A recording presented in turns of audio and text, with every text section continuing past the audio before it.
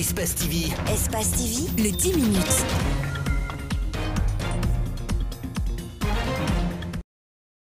Lycée Ahmed Sékou Touré. Avec 1653 élèves, c'est l'un des plus grands de la commune de Matoto. Sur 54 professeurs titulaires, seuls 7 ne viennent pas, selon le proviseur. Côté contractuel, les 37 répondent à l'appel. Au jour d'aujourd'hui, on devrait être à 32%. Mais chez nous, en ce qui nous concerne, nous sommes aujourd'hui à 29%. Ça veut dire que, sincèrement, nous sommes dans les normes.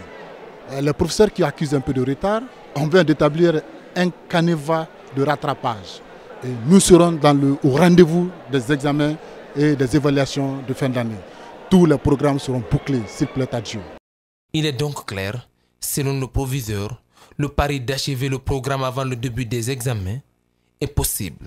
Dans l'une des salles, un professeur enseigne la chimie en 12e. Il comprend bien les revendications du SLEG. Cependant, il n'y est pas affilié. D'une part, c'est légitime. Mais on peut dire peut-être que le moment est mal choisi. De l'autre côté, nous avons les écoles privées. Fortement impactées par la grève du SLEG, les programmes ont du mal à être homologués.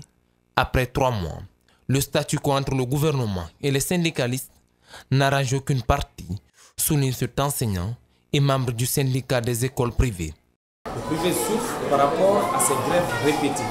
Vous-même, vous êtes informé qu'au privé, nous sommes payés en fonction du travail que nous faisons. Donc on a constaté quoi? Que ce soit ici ou à l'intérieur du pays, il y a beaucoup d'écoles privées qui sont impactées négativement par ces grèves répétées déclenchées par le SLEG. Donc au niveau du privé, ça ne va pas parce que les études évoluent en pas de caméléon. Donc nous sommes en retard dans le cadre de l'avancement des programmes. Jusqu'à présent, aucune solution de sortie des crises n'est trouvée. C'est un manuel de 13 pages. Il est le fruit de la collaboration de l'Autorité nationale d'assurance qualité de Guinée et celle du Sénégal avec l'accompagnement d'autres partenaires tels le projet Bossège. Boubacar Ndiaye, un des consultants, parle du document. Il est toujours important d'avoir un cadre de référence qui fixe un peu sur la manière de développer les procédures de façon technique. Autrement dit, quelles sont les différentes étapes dans le cadre d'une procédure d'assurance qualité qu'il faut mettre en œuvre. C'est un document de référence, mais il n'a de pertinence que s'il prend en compte le contexte guinéen en matière d'enseignement supérieur, technique et professionnel.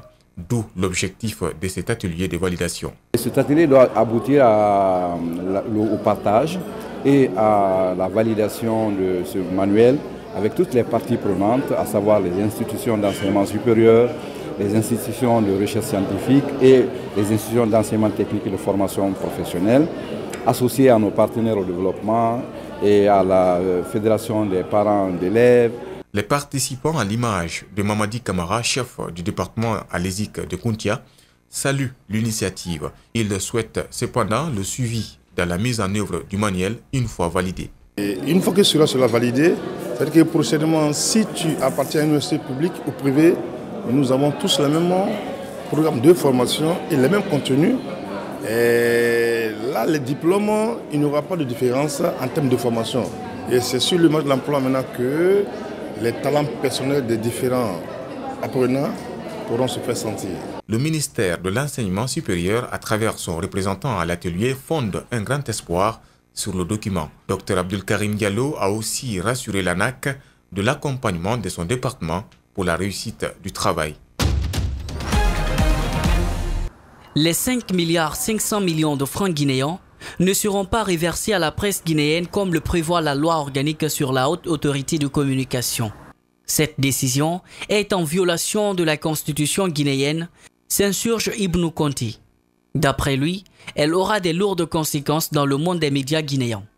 De la presse en ligne pourrait par exemple refuser de payer des taxes, des impôts et des redevances liées au statut de leurs entreprises de presse. Parce que si l'État est le premier à ne pas faire valoir les dispositions constitutionnelles, à même les violer, qu'est-ce que le citoyen lambda va faire? Le citoyen lambda ne fera qu'imiter l'État.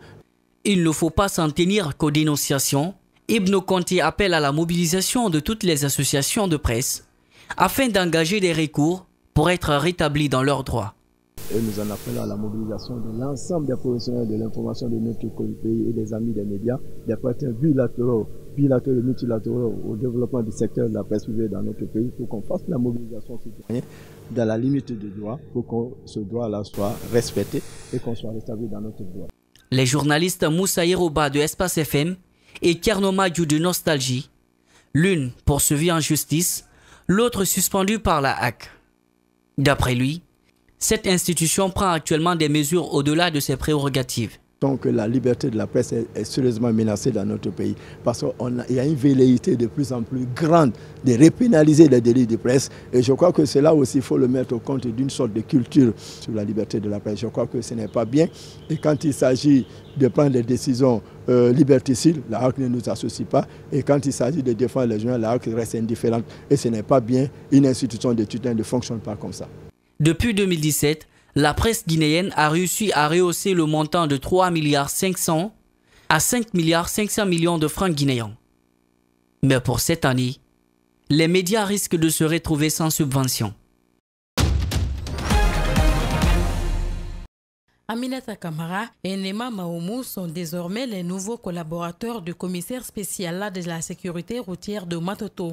C'est le fruit d'un travail abattu accompli. Le directeur central de la sécurité routière qui a installé les deux agents dans leurs fonctions a insisté sur le comportement des agents sur le terrain.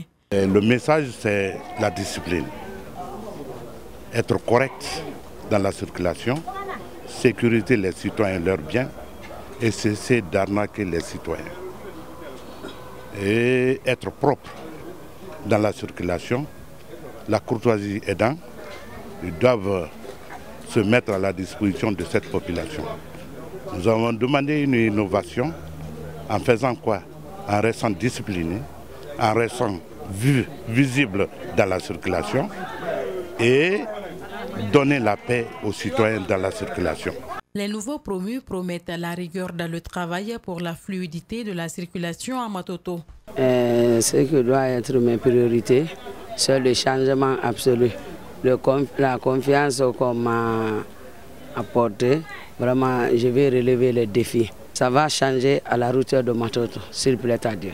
Le commissaire spécial qui a déjà pris contact avec ses nouveaux collaborateurs est conscient du calvaire des usagers de cette route. Il s'engage à œuvrer pour soulager les citoyens. Le constat que vous venez de me dire est tout à fait légal. Nous nous sommes retrouvés et prendre rapidement une disposition pour éviter désormais. Vous nous verrez ici un jalonnement. Le jalonnement sera fait. Effectivement, les femmes qui envahissent la route là et les ordures, on pourra se battre pour gérer cette situation. Le commissariat spécial de la sécurité routière de Matoto compte 85 éléments, dont 27 officiers. C'est l'une des plus grosses saisies réalisées au Nigeria. Mi-novembre, l'agence antidrogue a découvert ce laboratoire clandestin près d'Owerri, dans le sud du pays. À l'intérieur, les enquêteurs ont trouvé l'équivalent de plus d'1 million de dollars de méthamphétamine.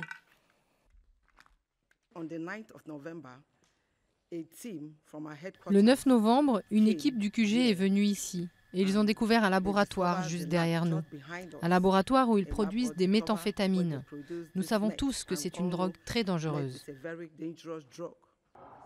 Le propriétaire, un homme d'une trentaine d'années, avait fait construire une luxueuse villa pour sa famille. Il est aujourd'hui en prison. Le Nigeria est connu pour être une plaque tournante des drogues dures en provenance d'Amérique latine. Mais il y a 10 ans, l'arrivée de la méthamphétamine a changé la donne. Les Nigérians contrôlent désormais toute la chaîne de production. En supposant qu'il y ait 10 ou 15 laboratoires de méthamphétamine dans tout le pays, on peut dire que plus d'1 tonne est produite par semaine au Nigeria et expédiée hors du pays.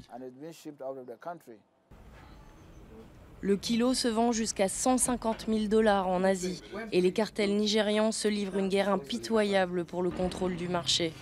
Les règlements de compte se multiplient. L'an dernier, des hommes armés ont fait irruption dans une église catholique dans le sud du pays.